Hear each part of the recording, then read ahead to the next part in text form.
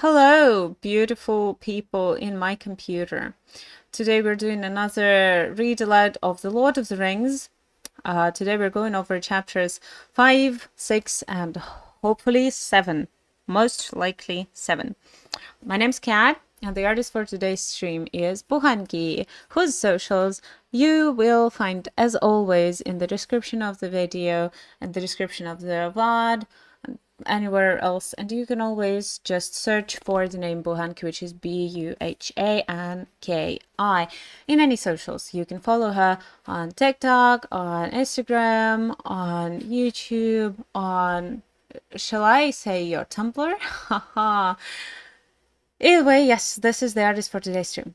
Let me remind y'all of the format of what we're doing here. So I'm reading the book and she's drawing, because that's the most common question we have. Why are you drawing and reading at the same time? I'm not. I'm only reading. And I'm not a professional voice actor or whomever else does the audiobooks. So this is not an audiobook. This is more of a read aloud. Let's read and react to the text together, because I react to the text a lot, and you can too, because I check the chat in between sections and respond to some things, I suppose. Should I someday show the chat on the video? I don't actually know. This is not the right format, is it? Anyway, I'm using the PDF of The Lord of the Rings, and I'm reading the physical copy of the book, which is why sometimes the pages will not align properly and I'll miss it. So please bear with me. I'm trying so hard to concentrate on both the text and the PDF version of the text. Sometimes I fail. Can you forgive me for that? Either way, English is not my first language, which is why I'll mispronounce some words and stutter and stumble. And thank you for your forgiveness, darling. Moi. And I'm also doing the songs in the chapters, and they are very, very amateurish, because I'm not that big of a fan to learn full songs correctly. I give them like 1 or 2 listens before reading, if I find some renditions, and if I don't, well, I don't. So sometimes the songs sound really weird, probably. And there's that. So let's revise what we've learned in the previous chapters. You can see the map, part of the map of Hobbiton here right now. Here, I'll even zoom out. A part of the Shire. So in the previous chapters, we went from Hobbiton with Frodo, who realized what the ring was, to Bywater, and then here to Green Hill Country. And we didn't go to the Stock, did we? They went basically more south, and they met Farmer Maggot. They were running from the Black Riders, right? And last time they met the Black Riders and the elves too, who told them that, oh, Black Riders are very bad. So then they went to the Bucklebury Ferry, where they finally met Merry. They are Frodo, Sam, and Pippin. So they met Merry in the last chapter, and we are going over Buckland and the Old Forest in today's ones, hence the map here that you see here. Yeah. I think this is it for the overview. And with that, we can finally start.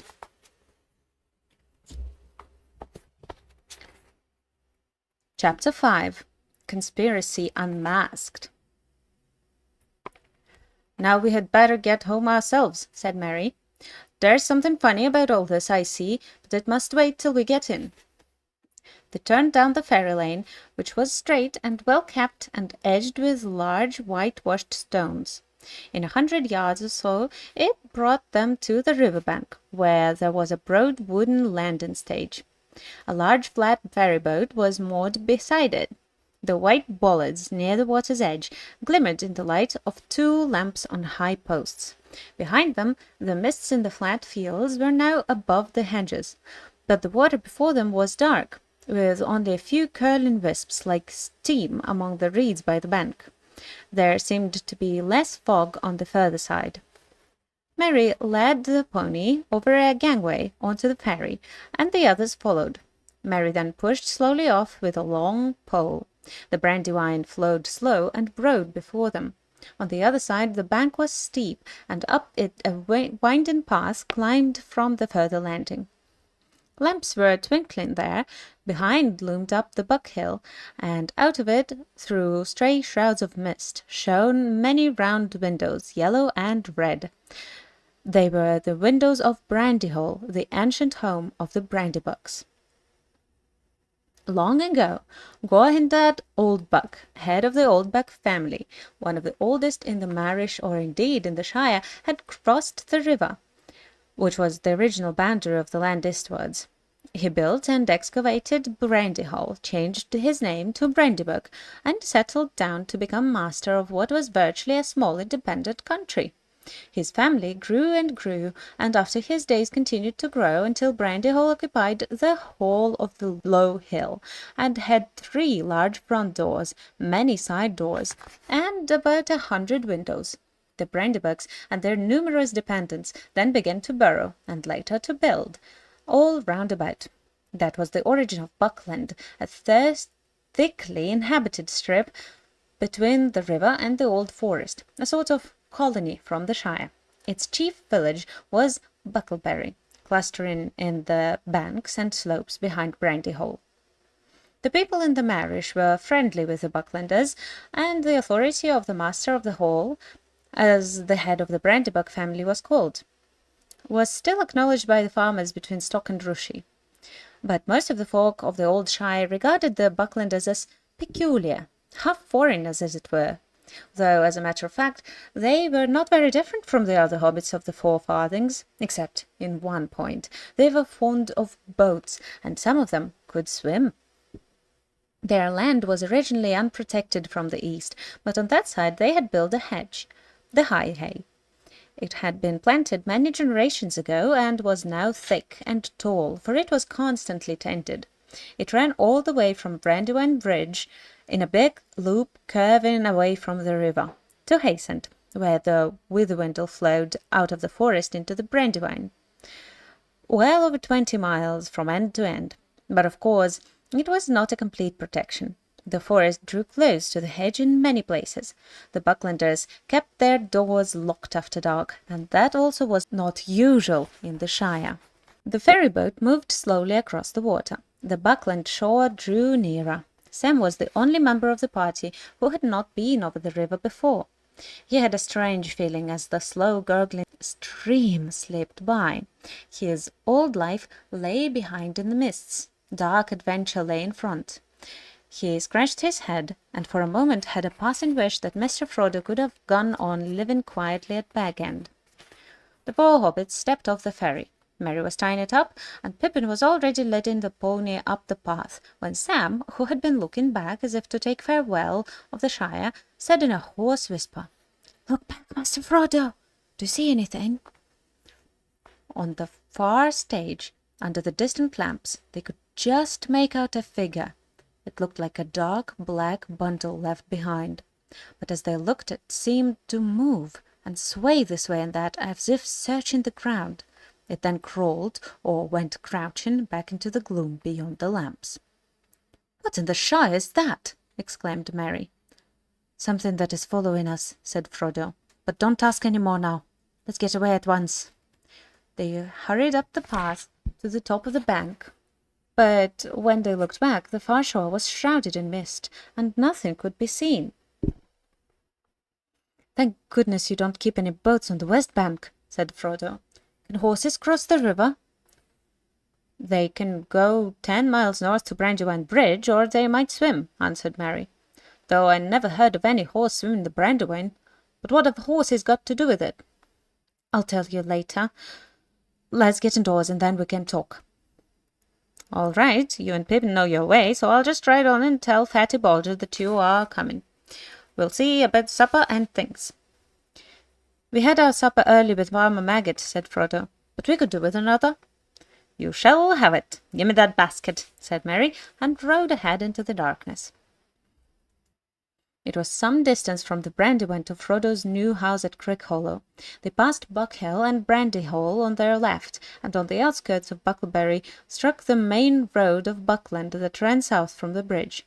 Half a mile northward along this they came to a lane opening on their right. This they followed for a couple of miles as it climbed up and down into the country. At last they came to a narrow gate in a thick hedge. Nothing could be seen of the house in the dark. It stood back from the lane in the middle of a wide circle of lawn, surrounded by a belt of low trees inside the outer hedge. Frodo had chosen it because it stood in an out-of-the-way corner of the country, and there were no other dwellings close by. You could get in and out without being noticed. It had been built a long while before by the Brandybooks, for the use of guests or members of the family that wished to escape from the crowded life of Brandyhall for a time. It was an old-fashioned, countrified house, as much like a hobbit hole as possible. It was long and low, with no upper story, and it had a roof of turf, round windows, and a large round door. As they walked up the green path from the gate, no light was visible. The windows were dark and shuttered. Frodo knocked on the door, and Fatty Bolger opened it. A friendly light streamed out. They slipped in quickly and shut themselves and the light inside. They were in a wide hall, with doors on either side. In front of them a passage ran back down the middle of the house. "Well, what do you think of it?" asked Merry, coming up the passage. "We have done our best in a short time to make it look like home. After all, Fatty and I only got here with the last cartload yesterday." Frodo looked round. It did look like home. Many of his own favourite things, or Bilbo's things, that reminded him sharply of him in their new setting, were arranged as nearly as possible as they had been at Bag End. It was a pleasant, comfortable, welcoming place, and he found himself wishing that he was really coming here to settle down in a quiet retirement. It seemed unfair to have put his friends to all this trouble, and he wondered again how he was going to break the news to them that he must leave them so soon, indeed at once. Yet that would have to be done that very night before they all went to bed. "It's delightful," he said with an effort. "I hardly feel that I have moved at all." The travellers hung up their cloaks and piled their packs on the floor. Merry led them down the passage and threw open a door at the far end. Firelight came out and a puff of steam. "A bath!" cried Pippin. "Oh, blessed Meriadoc!" "Which order shall we go in?" asked Frodo. "Eldest first or quickest first? You'll be the last either way, Master Peregrine." "Trust me to arrange things better than that," said Merry. "We can't begin life at Crickhollow with a quarrel over baths. In that room there are 3 tubs, and a copper full of boiling water. There are also towels, mats, and soap. Get inside and be quick." Merry and Fatty went into the kitchen on the other side of the passage and busied themselves with the final preparations for a late supper. Snatches of competing songs came from the bathroom mixed with the sound of splashing and wallowing. The voice of Pippin was suddenly lifted up above the others in one of Bilbo's favourite bath songs. "Sing hey for the bath at close of day that washes the weary mud away. A loon is he that will not sing. A water hot is a noble thing. Oh, sweet is the sound of falling rain, and the brook that leaps from hill to plain. But better than rain or rippling streams is a water hot that smokes and steams. Sing hey for the bath at close of day that washes the weary mud away. A loon is he who will not sing. A water hot is a noble thing. Oh, water cold, we may pour it neat down a thirsty throat and be glad indeed. But better is beer, drink we lack, and water hot poured down the back. Sing hey for the bath at close of day that washes the weary mud away. A loon is he that will not sing. A water hot is a noble thing. Oh, water is fair that lips on high in a fountain wide beneath the sky. But never did fountain sound so sweet as splashing hot water with my feet. Sing hey for the bath at close of day that washes the weary mud away. A loon is he that will not sing. A water hot is a noble thing. Well, that was better than I had expected, but it was also not as good as it could have been, to be honest. But There was a terrific splash, and a shout of "Whoa!" from Frodo. It appeared that a lot of Pippin's bath had imitated a fountain and leaped on high. Merry went through the door. "What about supper and beer in the throat?" he called. Frodo came out drying his hair. "There's so much water in the air that I'm coming into the kitchen to finish," he said. "Look," said Merry, looking in. The stone floor was swimming. "You ought to mop all that up before you get anything to eat, Peregrine," he said. "Hurry up or we shan't wait for you." They had supper in the kitchen on a table near the fire. "I suppose you three won't want mushrooms again?" said Fredegar without much hope. "Yes, we shall," cried Pippin. "They're mine," said Frodo, "given to me by Mrs. Maggot, a queen among farmers' wives. Take your greedy hands away and I'll serve them."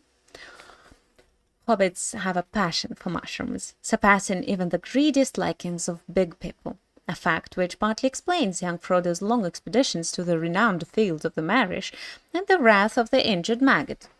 On this occasion there was plenty for all, even according to Hobbit standards. There were also many other things to follow, and when they had finished, even Fatty Bolger heaved a sigh of content. They pushed back the table and drew chairs round the fire. "We'll clear up later," said Merry. "Now tell me all about it.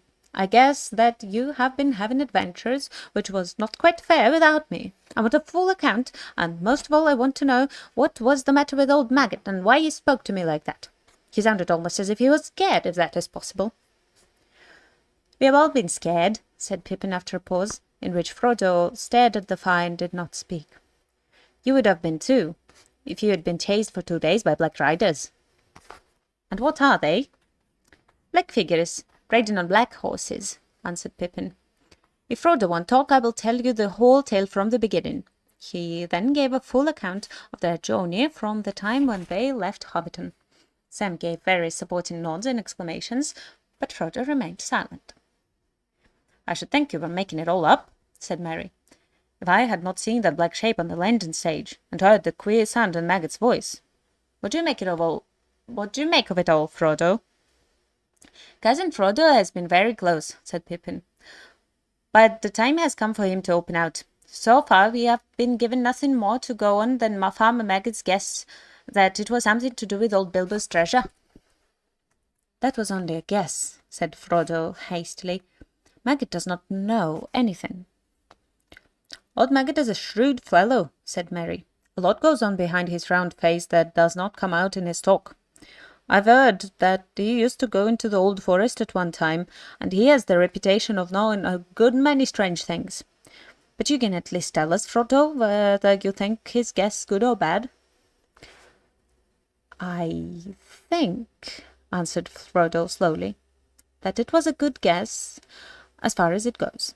There is a connection with Bilbo's old adventures, and the riders are looking, or perhaps one ought to say searching, for him or for me.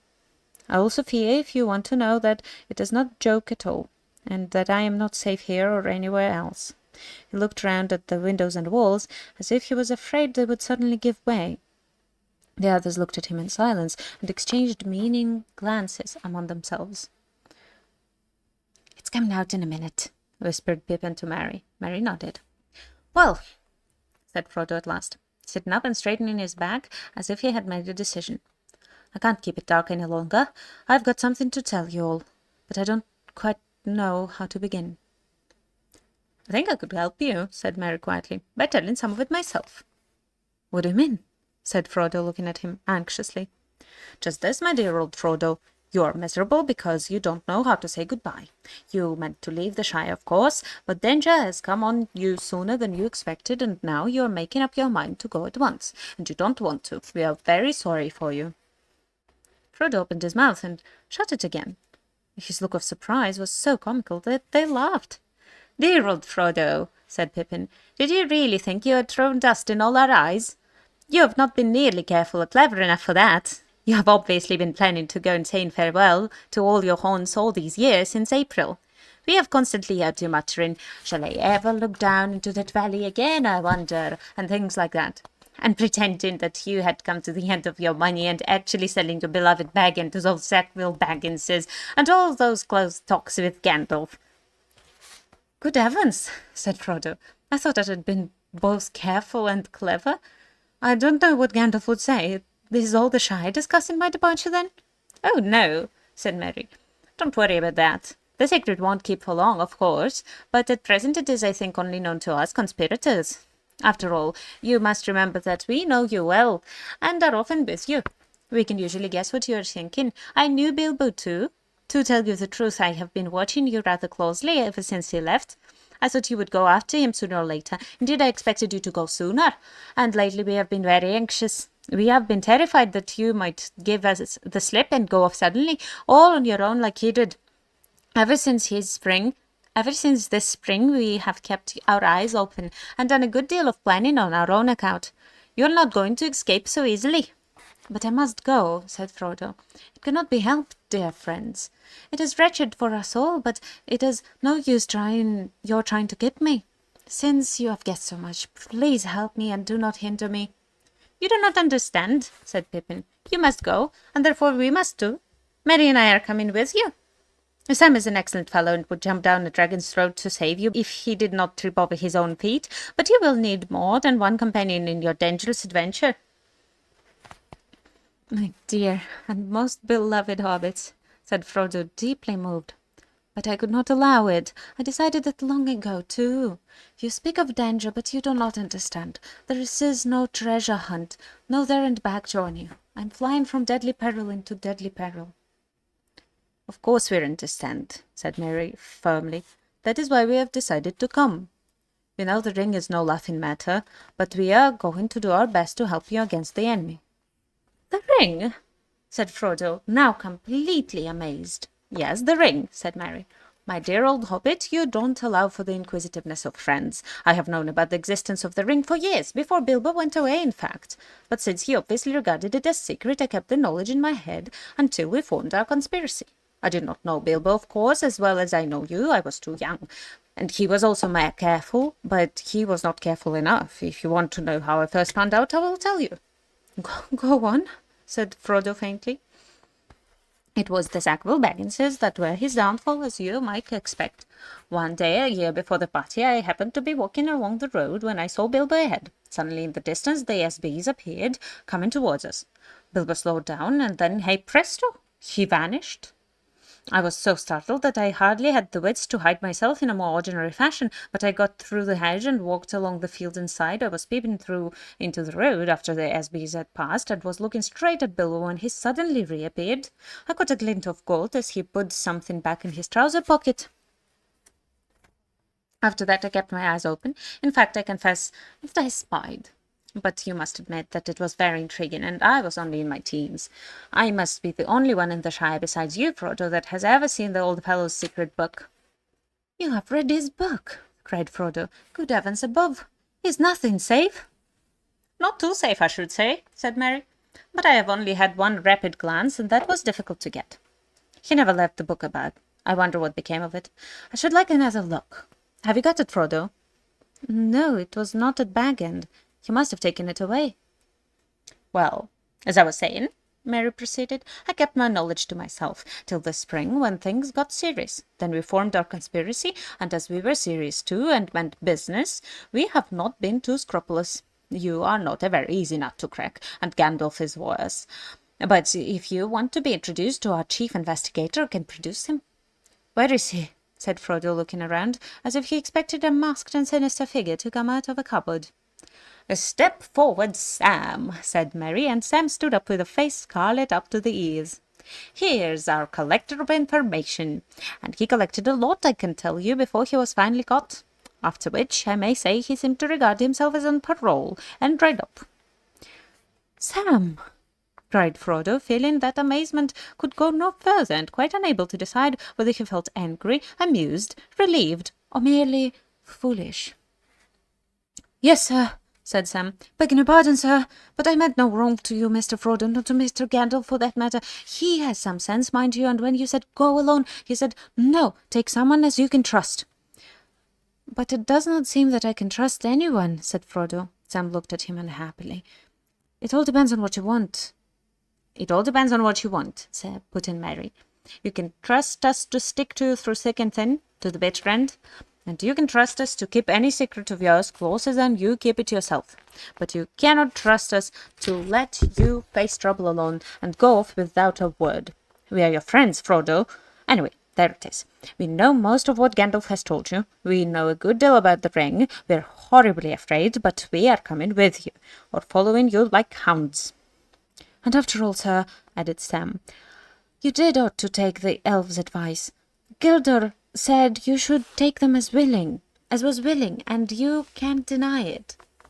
I don't deny it, said Frodo, looking at Sam, who was now grinning. I don't deny it, but I'll never believe you are sleeping again, whether you snore or not. I shall kick you hard to make sure. You are a set of deceitful scoundrels, he said, turning to the others.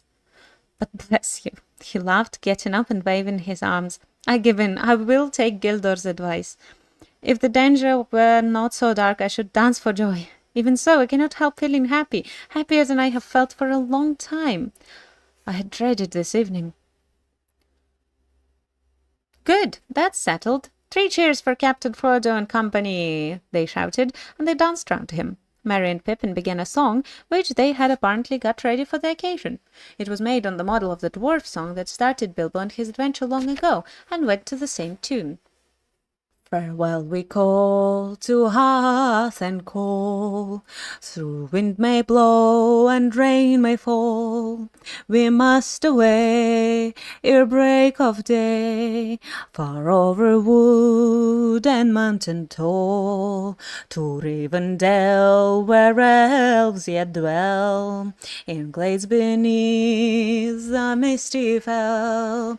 Through moor and waste we ride in haste, and whither then we cannot tell.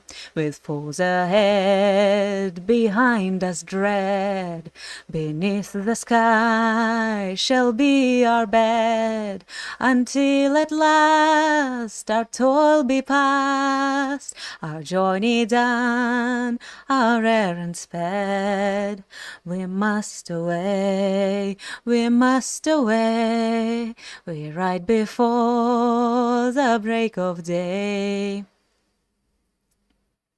Very good, said Frodo.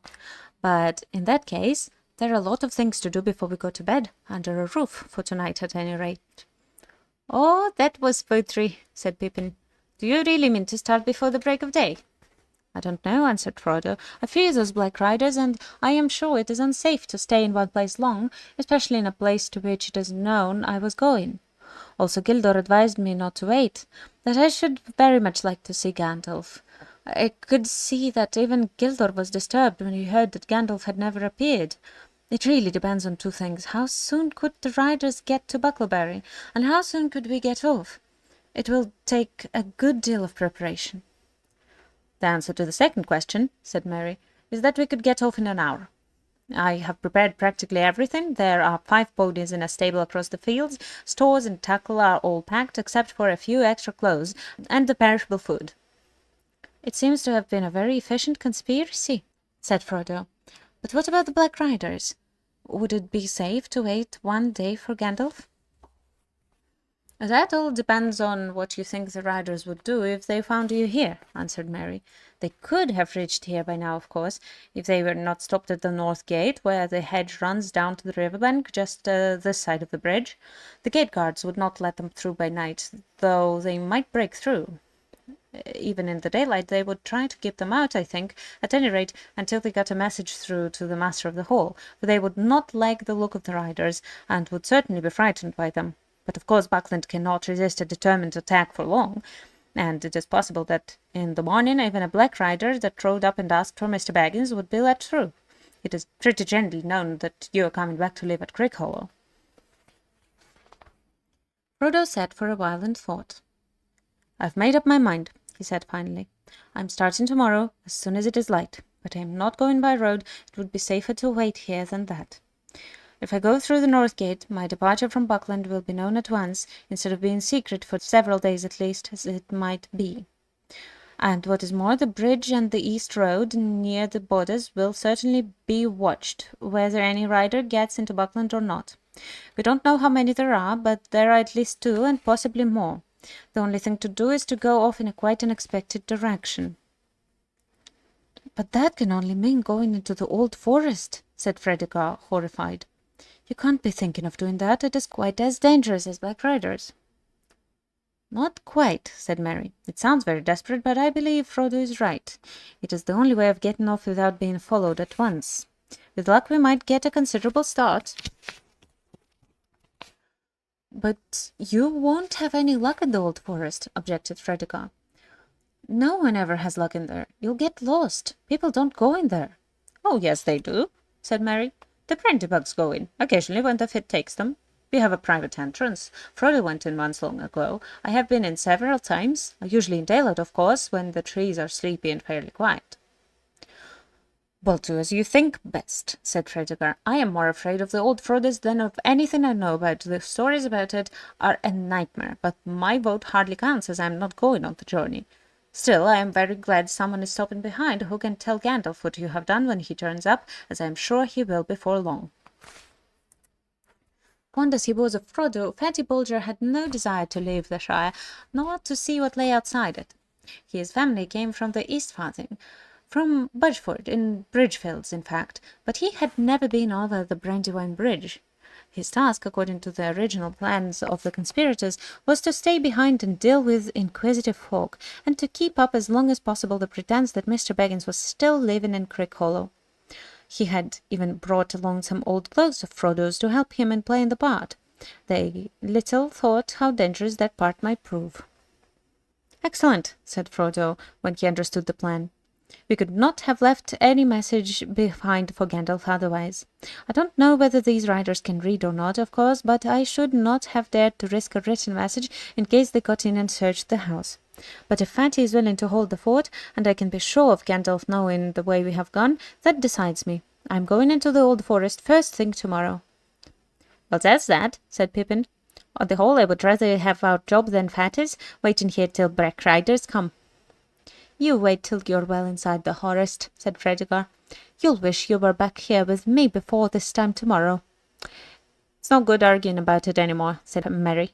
We have still got to tidy up and put the finishing touches to the packing before we get to bed. I shall call you all before the break of day. When at last he had got to bed, Frodo could not sleep for some time. His legs ached. He was glad that he was riding in the morning. Eventually he fell into a vague dream in which he seemed to be looking out of a high window over a dark sea of tangled trees. Down below among the roots there was the sound of creatures crawling and snuffling. He felt sure they would smell him out sooner or later. Then he heard a noise in the distance. At first he thought it was a great wind coming over the leaves of the forest. Then he knew that it was not leaves, but the sound of the sea far off, a sound he had never heard in waking life, though it had often troubled his dreams. Suddenly he found he was out in the open. There were no trees after all. He was on a dark heath, and there was a strange small salt smell in the air. Looking up, he saw before him a tall white tower standing along on the high ridge. A great desire came over him to climb the tower and see the sea. He started to struggle up the ridge towards the tower, but suddenly a light came in the sky, and there was a noise of thunder. Well, that's chapter 5 done. I can't believe we're over chapter 5, honestly. It was long, but not as long as it could have been. I don't actually know what to say about it. Chapter 6. The Old Forest. Frodo woke suddenly. It was still dark in the room. Mary was standing there with a candle in one hand and banging on the door with the other. "All right, what is it?" said Frodo, still shaken and bewildered. "What is it?" cried Mary. "It's time to get up. It is 4:30 and very foggy. Come on, Sam is already getting breakfast ready. Even Pippin is up. I am just going to saddle the ponies and fetch the one that is to be the baggage carrier. Wake that sluggard Fatty, At least he must get up and see us off. Soon after 6 o'clock, the 5 hobbits were ready to start. Fatty Bulger was still yawning. They stole quietly out of the house. Merry went in front, leading a laden pony, and took his way along a path that went through a spinney behind the house, and then cut across several fields. The leaves of trees were glistening, and every twig was dripping. The grass was grey with cold dew.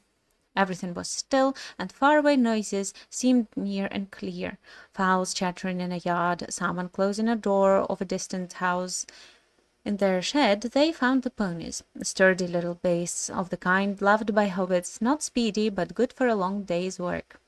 They mounted, and soon they were riding off into the mist, which seemed to open reluctantly before them and close forbiddingly behind them. After riding for about an hour, slowly and without talking, they saw the hedge looming suddenly ahead. It was tall and netted over with silver cobwebs. "How are we going to get through this?" asked Fredegar. "Follow me," said Merry, "and you will see."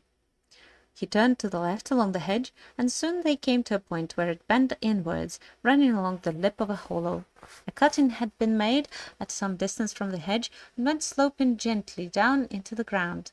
It had walls of brick at the sides, which rose steadily until suddenly they arched over and formed a tunnel that dived deep under the hedge and came out in the hollow on the other side. Here Fatty Bulger halted. "Goodbye, Frodo," he said. "I wish you were not going into the forest. I hope you will not need rescuing before the day is out, but good luck to you, today and every day." "If there are no worse things ahead than the old forest, I shall be lucky," said Frodo. "Tell Gandalf to hurry along the east road. We shall soon be back on it and going as fast as we can." "Goodbye," they cried, and rode down the slope and disappeared from Fredegar's side into the tunnel. It was dark and damp. At the far end it was closed by a gate of thick-set iron bars. Merry got down and unlocked the gate, and when they had all passed through, he pushed it to again. It shut with a clang, and the lock clicked. The sound was ominous. "There," said Merry. "You have left the Shire and are now outside, and on the edge of the old forest." "Are the stories about it true?" asked Pippin. "Don't know what stories you mean," Merry answered. "If you mean the old bogie stories Fatty's nurses used to tell him about goblins and wolves and things of that sort, I should say no. At any rate, I don't believe them. But the forest is queer. Everything in it is very much more alive, more aware of what is going on, so to speak, than things are in the Shire. And the trees do not like strangers. They watch you. They are usually content merely to watch you as long as daylight lasts and don't do much. Occasionally the most unfriendly ones may drop a branch or stick a root out or grasp at you with a long trailer, but at night things can be most alarming, or so I am told. I have only once or twice been in here after dark, and then only near the hedge. I thought all the trees were whispering to each other, passing news and plots along in an unintelligible language, and the branches swayed and groped without any wind. They do say the trees do actually move, and can surround strangers and hem them in. In fact, long ago they attacked the hedge. They came and planted themselves right by it, and leaned over it. But the hobbits came and cut down hundreds of trees, and made a great bonfire in the forest, and burned all the ground in a long street east of the hedge. After that the trees gave up the attack, but they became very unfriendly. There is still a wide bare space not far inside where the bonfire was made." "Is it only the trees that are dangerous?" asked Pippin.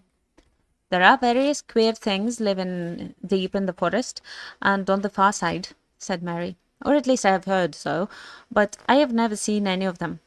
But something makes paths. Whenever one comes inside, one finds open tracks, but they seem to shift and change from time to time in a queer fashion. Not far from this tunnel there is, or was a long time, the beginning of quite a broad path leading to the bonfire glade, and then on more or less in our direction, east and a little north. That is the path I am going to try and find." The hobbits now left the tunnel gate and rode across the wide hollow. On the far side was a faint path leading up onto the floor of the forest, 100 yards and more beyond the hedge, but it vanished as soon as it brought them under the trees. Looking back, they could see the dark line of the hedge through the stems of trees that were already thick about them. Looking ahead, they could see only tree trunks of innumerable sizes and shapes, straight or bent, twisted, leaning, squat or slender, smooth or gnarled or branched, and all the stems were green or grey with moss and slimy, shaggy growths. Mary alone seemed fairly cheerful. "You had better lead on and find that path," Frodo said to him. "Don't let us lose one another or forget which way the hedge lies."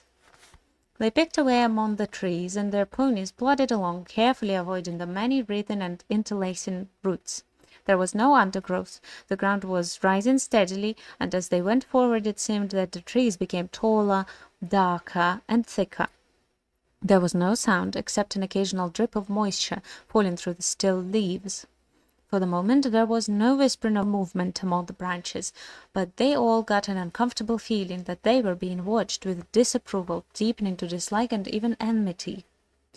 The feeling steadily grew until they found themselves looking up quickly or glancing back over their shoulders as if they expected a sudden blow.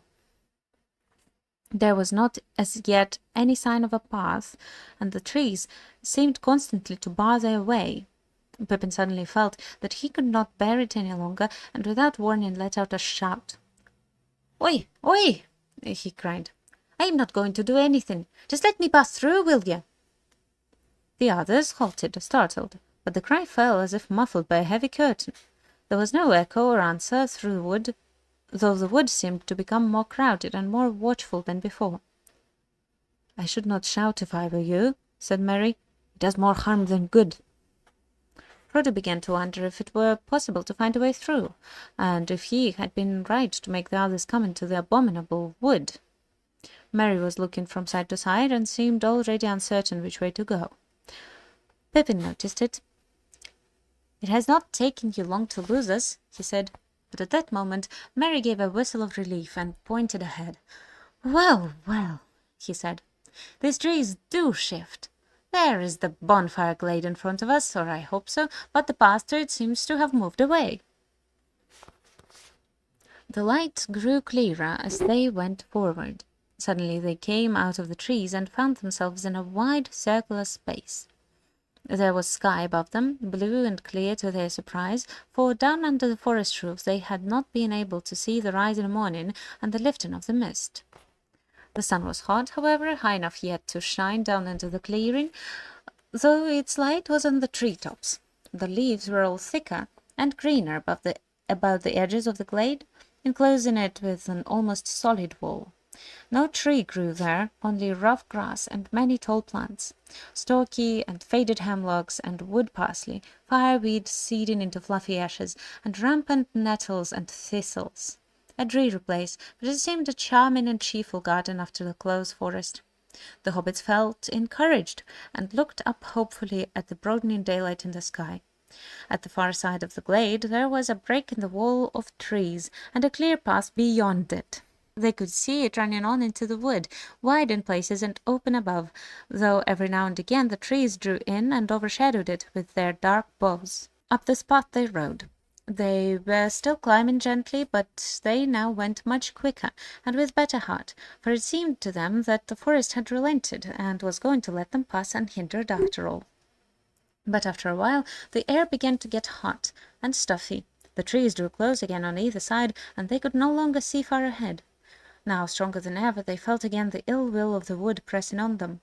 So silent was it that the fall of their ponies' hoofs, rustling on dead leaves and occasionally stumbling on hidden roots, seemed to thud in their ears. Frodo tried to sing a song to encourage them, but his voice sank to a murmur.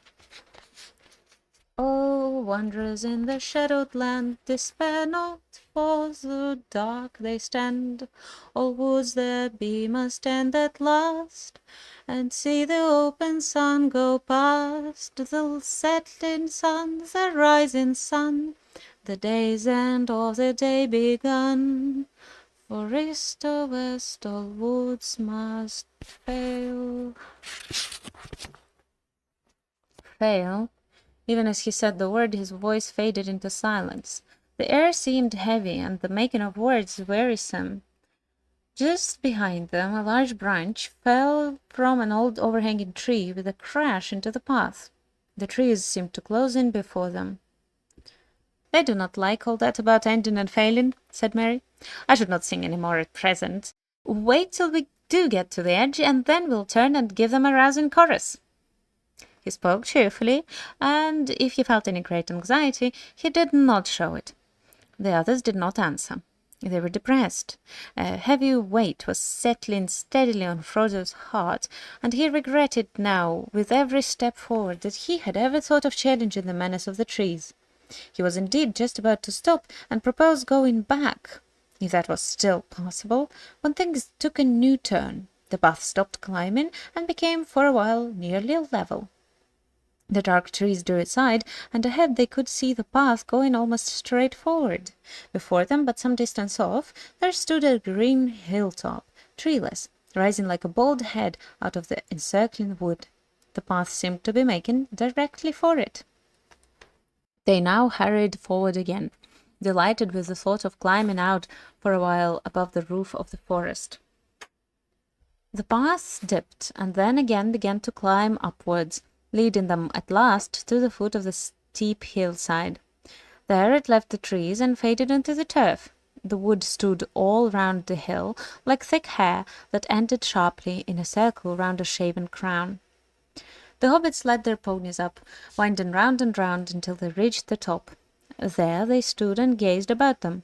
The air was gleaming and sunlit, but hazy, and they could not see to any great distance. Near at hand the mist was now almost gone, though here and there it lay in hollows of the wood, and to the south of them, out of a deep fold cutting right across the forest, the fog still rose like steam or wisps of white smoke.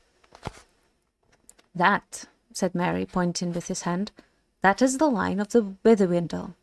It comes down out of the downs and flows southwest through the midst of the forest to join the Brandywine below Haysend. We don't want to go that way. The Witherwindle Valley is said to be the queerest part of the whole wood, the centre from which all the queerness comes, as it were." The others looked in the direction that Mary pointed out, but they could see little but mists over the damp and deep-cut valley, and beyond it the southern half of the forest faded from view. The sun on the hilltop was now getting hot. It must have been about 11 o'clock, but the autumn haze still prevented them from seeing much in other directions. In the west they could not make out either the line of the hedge or the valley of the Brandywine beyond it. Northward, where they looked most hopefully, they could see nothing that might be the line of the great east road for which they were making. They were on an island in a sea of trees, and the horizon was veiled. On the southeastern side the ground fell very steeply, as if the slopes of the hill were continued far down under the trees, like island shores that really are the sides of a mountain rising out of deep waters. They sat on the green edge and looked out over the woods below them while they ate their midday meal. As the sun rose and past noon, they glimpsed far off in the east the grey-green lines of the downs that lay beyond the old forest on that side. That cheered them greatly, for it was good to see a sight of anything beyond the wood's borders, though they did not mean to go that way. If they could help it, the Barrow Downs had a sinister reputation in Hobbit legend, as the forest itself. At length they made up their minds to go on again. The path that had brought them to the hill reappeared on the northward side, but they had not followed it far before they became aware that it was bending steadily to the right. Soon it began to descend rapidly, and they guessed that it must actually be heading towards the Witherwindle Valley, not at all the direction they wished to take. After some discussion they decided to leave this misleading path and strike northward, for although they had not been able to see it from the hilltop, the road must lie that way, and it could not be many miles off. Also northward and to the left of the path the land seemed to be drier and more open, climbing up to slopes where the trees were thinner, and pines and firs replaced the oaks and ashes and other strange and nameless trees of the denser wood. At first their choice seemed to be good. They got along at a fair speed, though whenever they got a glimpse of the sun in an open glade, they seemed unaccountably to have veered eastwards. But after a time the trees began to close in again, just where they had appeared from a distance to be thinner and less tangled. Then deep folds in the ground there were discovered unexpectedly, like the ruts of great giant wheels, or wide moats and sunken roads, long disused and choked with brambles. These lay usually right across their line of march, and could only be crossed by scrambling down and out again, which was troublesome and difficult with their ponies. Each time they climbed down, they found the hollow filled with thick bushes and matted undergrowth, which somehow would not yield to the left, but only gave way when they turned to the right, and they had to go some distance along the bottom before they could find a way up the further bank. Each time they clambered out, the trees seemed deeper and darker, and always to the left and upwards it was most difficult to find a way, and they were forced to the right and downwards. After an hour or two, they had lost all clear sense of direction, though they knew well enough that they had long ceased to go northward at all. They were being headed off, and were simply following a course chosen for them, eastwards and southwards into the heart of the forest, and not out of it. The afternoon was wearing away when they scrambled and stumbled into a fold that was wider and deeper than any they had yet met. It was so steep and overhung that it proved impossible to climb out of it again, either forwards or backwards, without leaving their ponies and their baggage behind. All they could do was to follow the fold downwards. The ground grew soft, and in places boggy. Springs appeared in the banks, and soon they found themselves following a brook that trickled and babbled through a weedy bed. Then the ground began to fall rapidly, and the brook, growing strong and noisy, flowed and leaped swiftly downhill. They were in a deep, dim-lit gully, overarched by trees high above them. After stumbling along for some way along the stream, they came quite suddenly out of the gloom. As if through a gate, they saw the sunlight before them. Coming to the opening, they found that they had made their way down through a cleft in a high, steep bank, almost a cliff. At its feet was a wide space of grass and reeds, and in the distance it could be glimpsed another bank, almost as steep. A golden afternoon of late sunshine lay warm and drowsy upon the hidden land between. In the midst of it there wound lazily a dark river of brown water, bordered with ancient willows, arched over with willows, blocked with fallen willows, and flecked with thousands of faded willow leaves. The air was thick with them, fluttering yellow from the branches, for there was a warm and gentle breeze blowing softly in the valley, and the reeds were rustling, and the willow boughs were creaking. "Well, now I have at least some notion of where we are," said Mary. "We have come almost in the opposite direction to which we intended. This is the river Bombadil. I will go on and explore."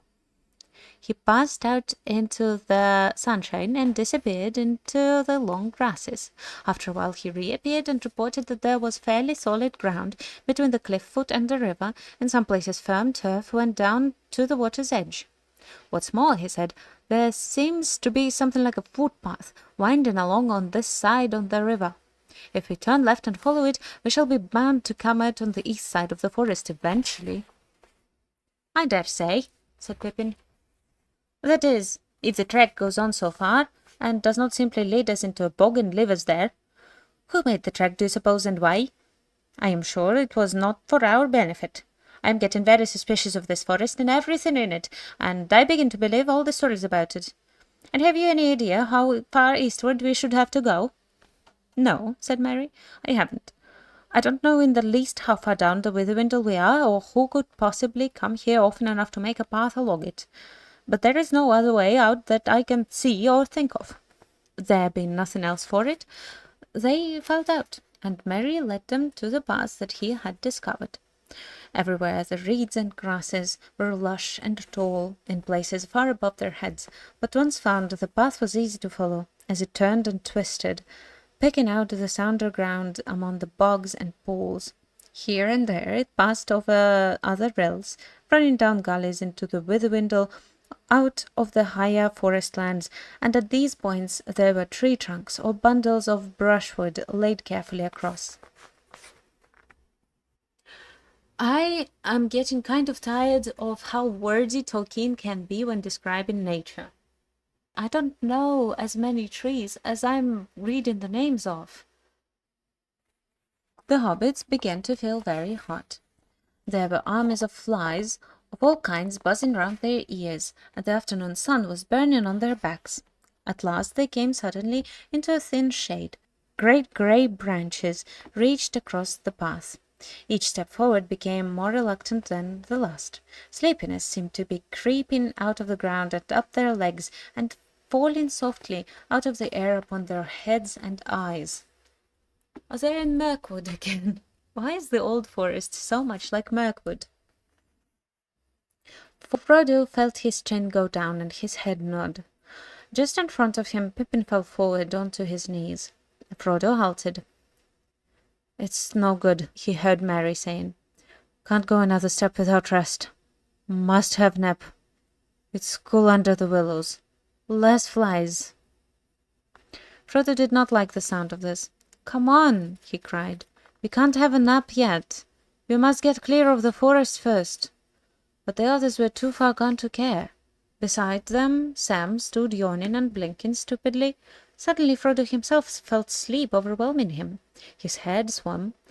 There now seemed hardly a sound in the air. The flies had stopped buzzing. Only a gentle noise on the edge of hearing, a soft fluttering as of a song half-whispered, seemed to stir in the boughs above. He lifted his heavy eyes and saw, leaning over him, a huge willow tree, old and hoary.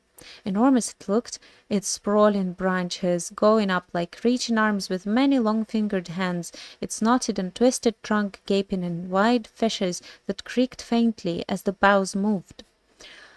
The leaves fluttering against the bright sky dazzled him, and he toppled over, lying where he fell upon the grass. Merry and Pippin dragged themselves forward and lay down with their backs to the willow trunk. Behind them the great cracks gaped wide to receive them as the tree swayed and creaked. They looked up at the grey and yellow leaves moving softly against the light and singing. They shut their eyes, and then it seemed that they could almost hear words, cool words, saying something about water and sleep. They gave themselves up to the spell and fell fast asleep at the foot of the great grey willow. Frodo lay for a while, fighting with the sleep that was overpowering him. Then, with an effort, he struggled to his feet again. He felt a compelling desire for cool water. Wait for me, Sam," he stammered. Must bathe feet a minute." Half in a dream, he wandered forward to the riverward side of the tree, where great winding roots grew out into the stream like gnarled dragonets straining down to drink.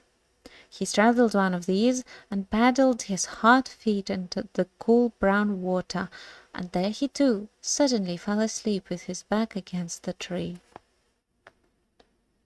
Sam sat down and scratched his head and yawned like a cavern. He was worried.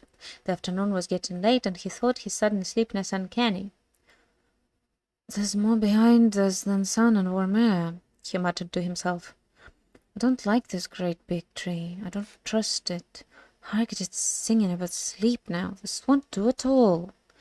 He pulled himself to his feet and staggered off to see what had become of the ponies. He found that two had wandered on a good way along the path, and he had just caught them and brought them back towards the others when he heard two noises, one loud and the other soft but very clear.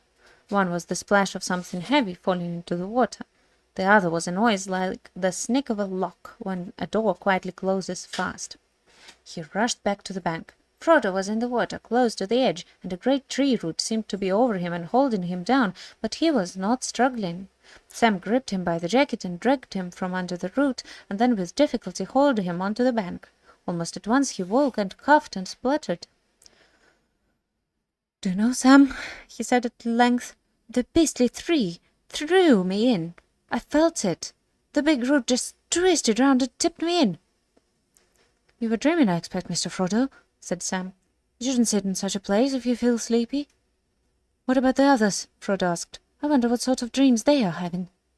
They went round to the other side of the tree, and then Sam understood the click that he had heard. Pippin had vanished. The crack by which he had laid himself had closed together so that not a chink could be seen.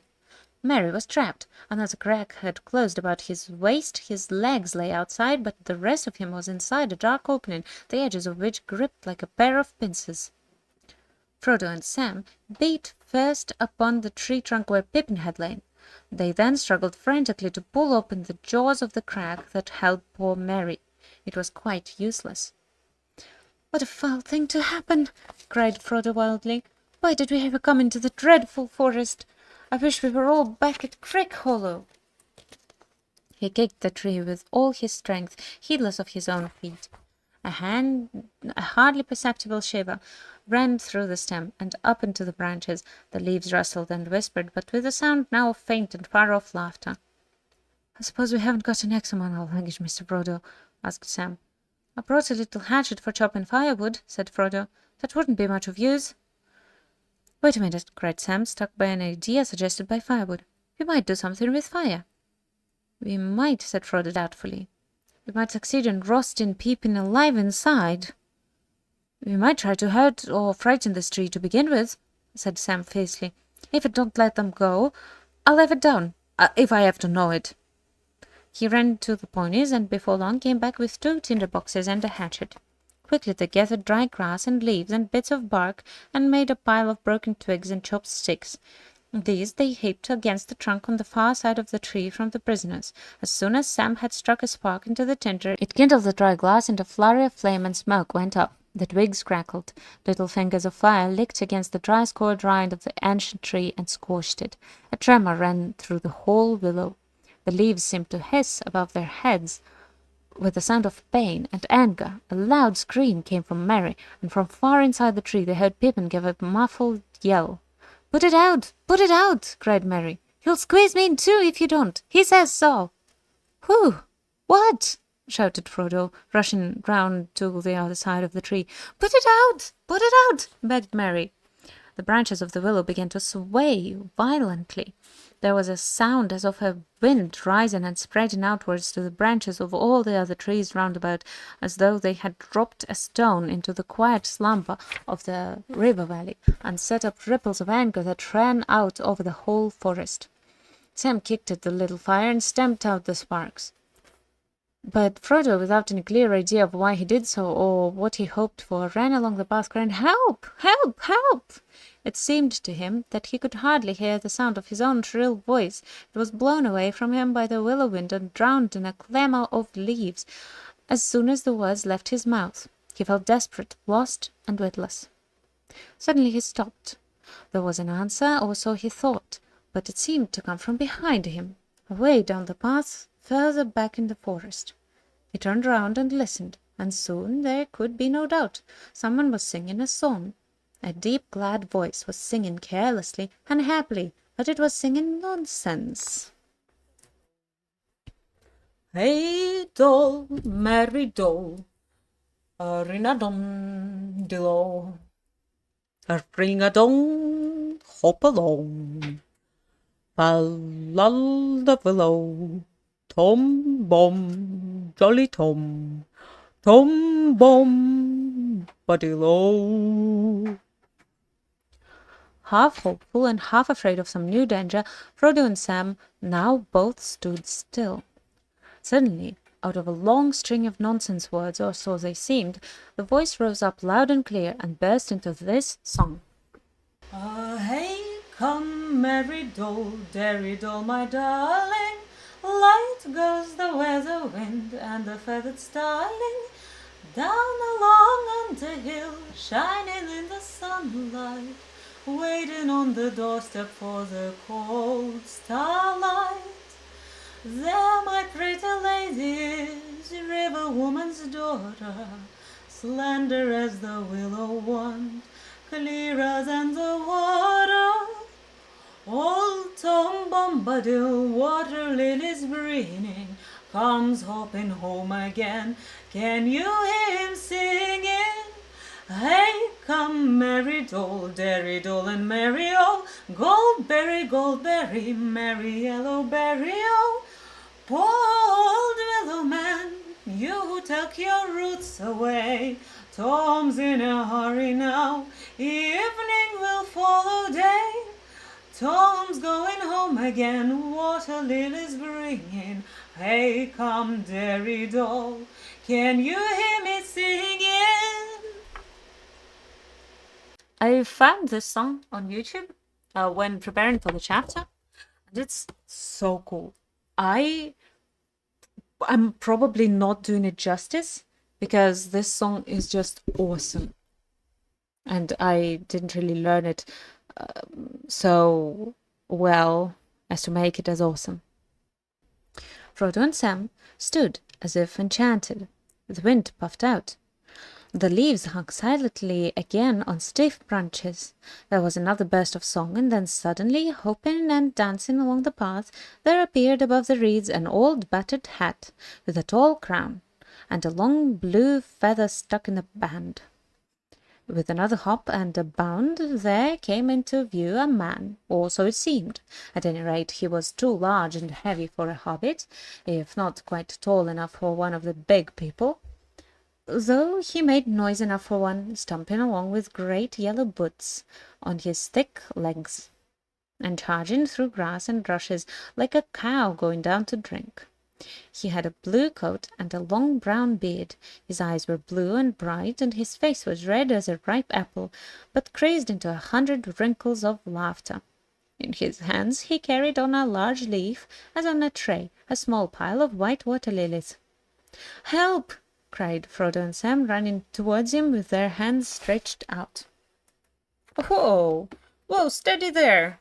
cried the old man, holding up one hand, and they stopped short, as if they had been struck stiff. "Now, my little fellows, where be you a-going to, puffing like a bellows? What's the matter ye, then? Do you know who I am? I'm Tom Bombadil. Tell me what's your trouble. Tom's in a hurry now. Don't you crush my lilies." "My friends are caught in the willow tree," cried Frodo breathlessly. "Master Mary's been squeezed in a crack," cried Sam. "What?" shouted Tom Bombadil, leaping up in the air. "Old Man Willow? Not worse than that, eh? That can soon be mended. I know the tune for him, Old Grey Willow Man. I'll freeze his marrow cold if he don't behave himself. I'll sing his roots off. I'll sing a wind up and blow leaf and branch away. Old Man Willow." Setting down his lilies carefully on the grass, he ran to the tree. There he saw Mary's feet still sticking out. The rest had already been drawn further inside. Tom put his mouth to the crack and began singing into it in a low voice. They could not catch the words, but evidently Mary was aroused. His legs began to kick. Tom sprang away, and breaking off a hanging branch, smote the side of the willow with it. "You'll let them out again, Old Man Willow," he said. "What be you thinking of? You should not be waking. Eat earth, dig deep, drink water, go to sleep. Bombadil is talking." He then seized Mary's feet and drew him out of the suddenly widening crack. There was a tearing creak, and the other crack split open, and out of it Pippin sprang, as if he had been kicked. Then, with a loud snap, both cracks closed fast again. A shudder ran through the tree from root to tip, and complete silence fell. "Thank you," said the hobbits, one after the other. Tom Bombadil burst out laughing. "Well, my little fellows," said he, stooping so that he peered into their faces, "you shall come home with me. The table is all laden with yellow cream, honeycomb, and white bread and butter. Goldberries waiting. Time enough for questions around the supper table. You follow after me as quick as you are able." With that he picked up his lilies, and then, with a beckoning wave of his hand, went hopping and dancing along the path eastwards, still singing loudly and nonsensically. Too surprised and too relieved to talk, the hobbits followed after him as fast as they could. But that was not fast enough. Tom soon disappeared in front of them, and the noise of his singing got fainter and further away. Suddenly his voice came floating back to them in a loud halloo. Hop along, my little friends, up there with the window. Tom's going on ahead, candles for to kindle. Down west sinks the sun, soon you will be groping. When the night shadows fall, then the door will open. Out of the window panes, light will twinkle yellow. Fear no alder black, heed no hoary willow. Fear neither root nor bough, Tom goes on before you. Hey now, merry doll, we'll be waiting for you. After that, the hobbits heard no more. Almost at once, the sun seemed to sink into the trees behind them. They thought of the slanting light of evening glittering on the Brandywine River, and the windows of Bucklebury beginning to gleam with hundreds of lights. Great shadows fell across them, trunks and branches of trees hung dark and threatening over the path. White mists began to rise and curl on the surface of the river and stray about the roots of the trees upon its borders. Out of the very ground at their feet a shadowy steam arose and mingled with the swiftly falling dusk. It became difficult to follow the path, and they were very tired. Their legs seemed leaden. Strange furtive noises ran among the bushes and reeds on either side of them, and if they looked up to the pale sky they caught sight of queer gnarled and knobby faces that gloomed dark against the twilight and leered down at them from the high bank and the edges of the wood. They began to feel that all of this country was unreal, and that they were stumbling through an ominous dream that led to no awakening. Just as they felt their feet slowing down to a standstill, they noticed that the ground was gently rising. The water began to murmur. In the darkness they caught the white glimmer of foam where the river flowed over a short fall. Then suddenly the trees came to an end, and the mists were left behind. They stepped out from the forest and found a wide sweep of grass welling up before them. The river, now small and swift, was leaping merrily down to meet them, glinting here and there in the light of the stars, which were already shining in the sky. The grass under their feet was smooth and short, as if it had been mown or shaven. The eaves of the forest behind were clipped and trim as a hedge. The path was now plain before them, well tended and bordered with stone. It wound up on to the top of the grassy knoll, now grey under the pale starry night, and there, still high above them on a further slope, they saw the twinkling lights of a house. Down again the path went, and then up again, up a long smooth hillside of turf, towards the light. Suddenly a wide yellow beam flowed out brightly from a door that was opened. There was Tom Bombadil's house before them, up down under hill. Behind it a steep shoulder of the land lay grey and bare, and beyond that the dark shapes of the Barrow Downs stalked away into the eastern nights. They all hurried forward, hobbits and ponies. Already half their weariness and all their fears had fallen from them. "Hey, come, merry doll," rolled out the song to greet them. "Hey, come, derry doll, hop along, my hearties, hobbits, ponies all, we are fond of parties. Now let the fun begin, let us sing together." Then another clear voice, as young as an ancient as spring, like the song of a glad water flowing down into the night from a bright morning in the hills, came falling like silver to meet them.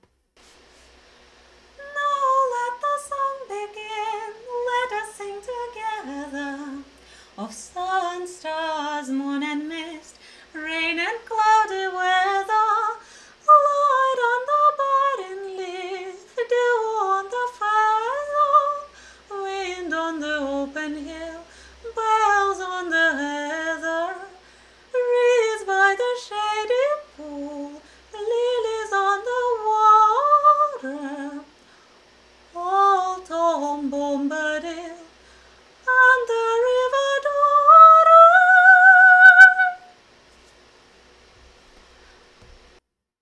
And with that song the hobbits stood upon the threshold, and a golden light was all about them.